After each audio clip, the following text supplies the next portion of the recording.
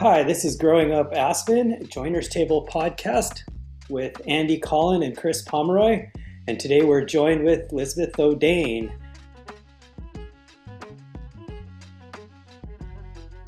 That was another thing too. There was a bunch of families that adopted folks, Mensmers, Yep. a bunch of that. It was interesting growing up in a small town, and you only get 5 families that do it. There's a lot of people, Exactly. Well, in the case of the Simons, it was sister. I think there was 2 of them, but Jeff for sure came and lived with Bob and Kay. Wow. See, these are stories I never heard, I never knew. And now that with Mr. Simons, it gives me a big insight into him a little bit more, It's interesting. I mean, it's like George just opened up the chest and just let us know his past, and in a way, we all respected him for it. Yeah. Yep. One of the fun things that is probably, and I was thinking about unique memories that I would have that are unique to me, is growing up next to the hospital. Oh, yeah. And particularly in the 70s, the early 70s, after things had shut down with Vietnam,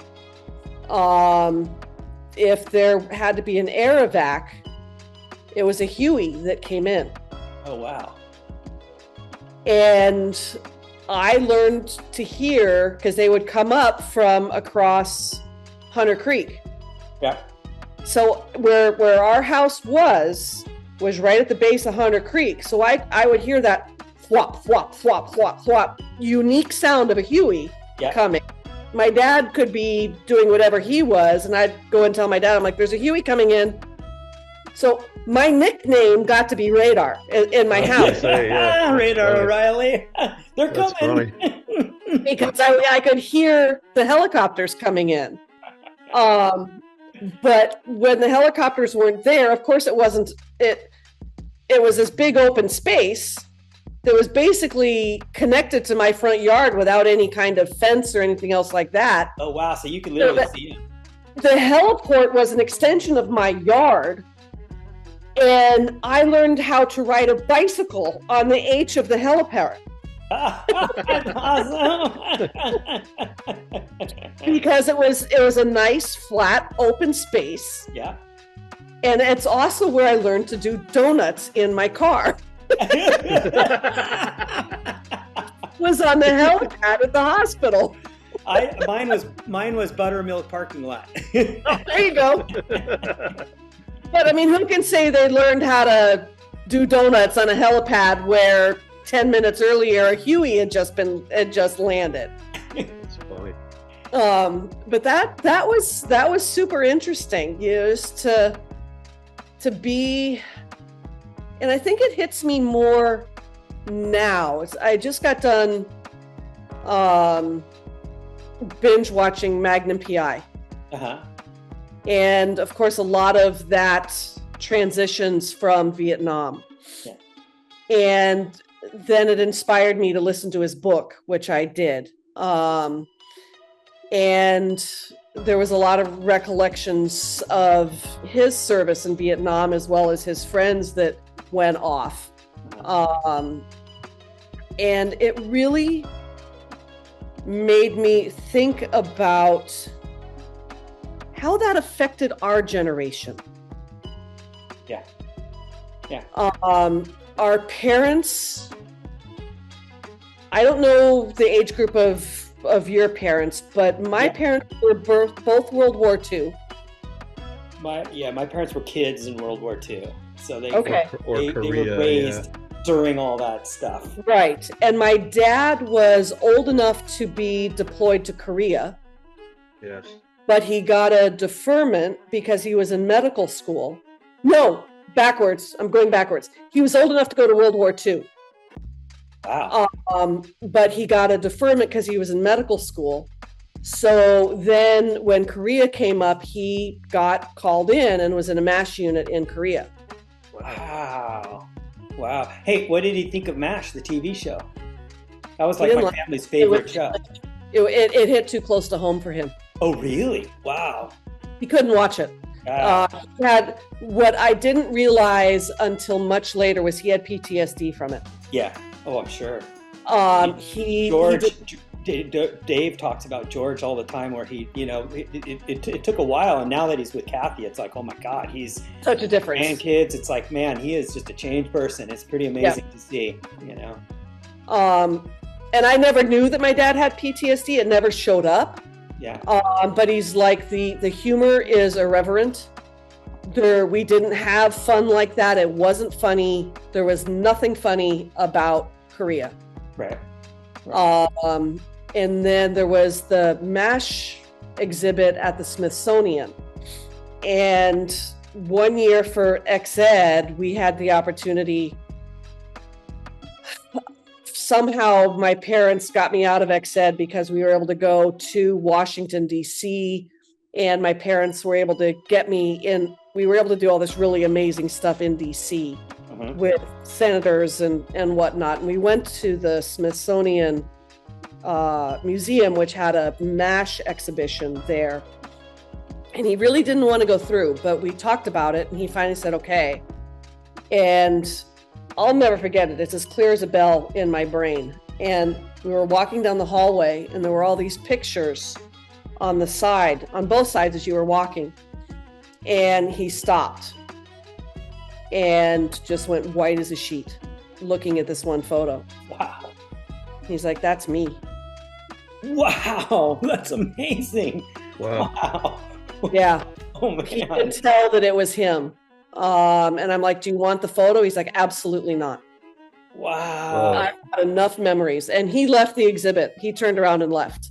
Wow. That's amazing. And then when talk about PTSD started coming out after Afghanistan, Yeah. I went, oh, that's what my dad was dealing with. Yeah. Yeah. But our generation, I think, was the last of a generation that had parents that had maybe been through a world war, had certainly been through Korea and Vietnam, all three of which impacted the United States in a way that Afghanistan and Iraq never did. Right. Well, it was a completely new effect of the way people had to react and think about things at the time. Yeah. It's like when all of a sudden the atom bomb is there. That's a huge marker of, oh my gosh, and. But even more than that, the civil service that was happening during all of those wars. Well, it was America pulling together. Exactly. Buy U.S. bonds, that kind of stuff. That was what, funded that war. And the USO and, all these things that happened for those wars. Right. And the values that all of that taught us as a generation.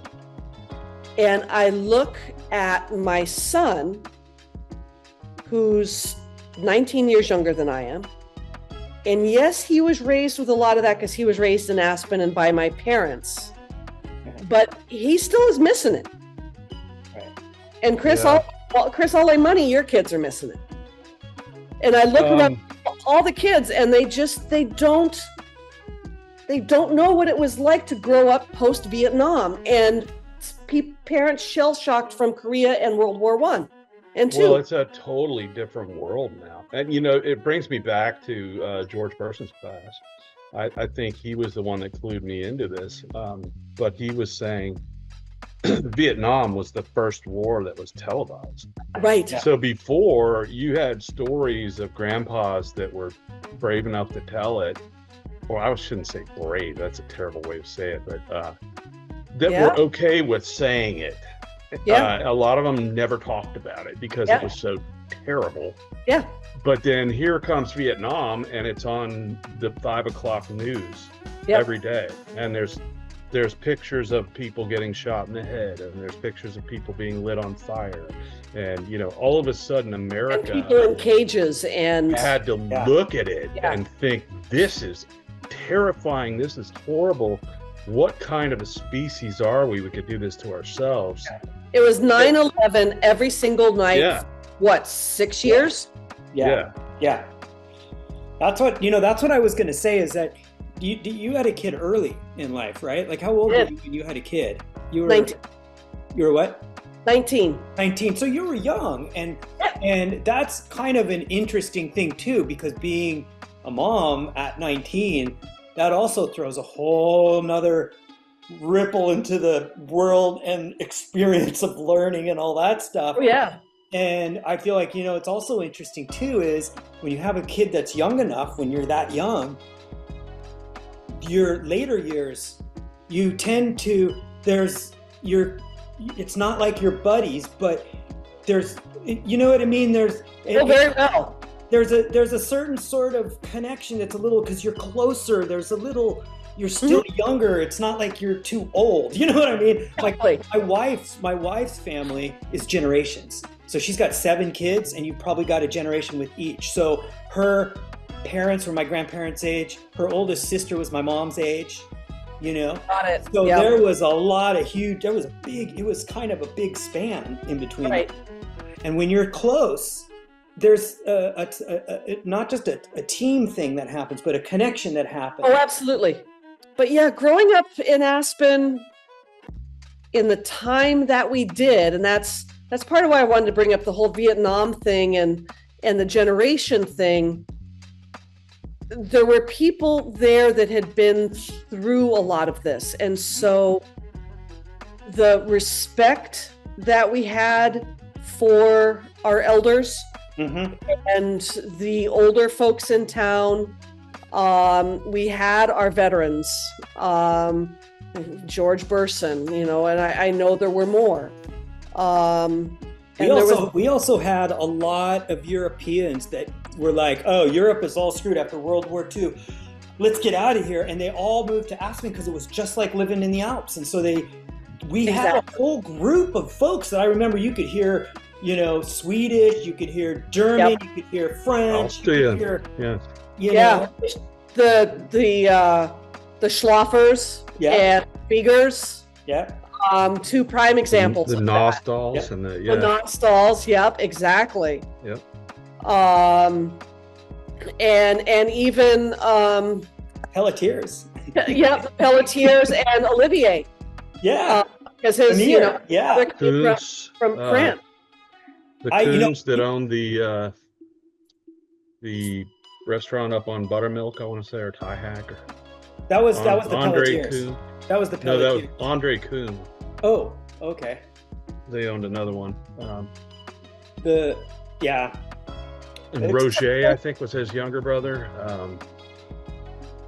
Anyway, yeah. I mean, there were people from all over Europe that came there. I felt like we grew up in sort of a eclectic petri dish of all kinds of folks, and so in a way, we got a shot of the real world, but we didn't. You know what I mean? We grew up where it came to visit us, and we were stuck in our little town. So we got an eye for it. We saw it, but we didn't have to be in it all the time, And it kept things real. It kept things, we were exposed to life in very safe ways and given the opportunity to learn about things in very safe ways. Right. And very unsafe ways for that matter too. Yeah, that too. But as a world as a whole, when you think of just politics and our respect for life and our interest in getting out there and doing something and making a difference. And living in nature. You're living in nature, Exactly. The Aspen Times and the Aspen Daily News for giving us materials for our book, Growing Up Aspen, Adventures of the Unsupervised, which you can get at twistandturnpress.com and any local bookstore. Thanks.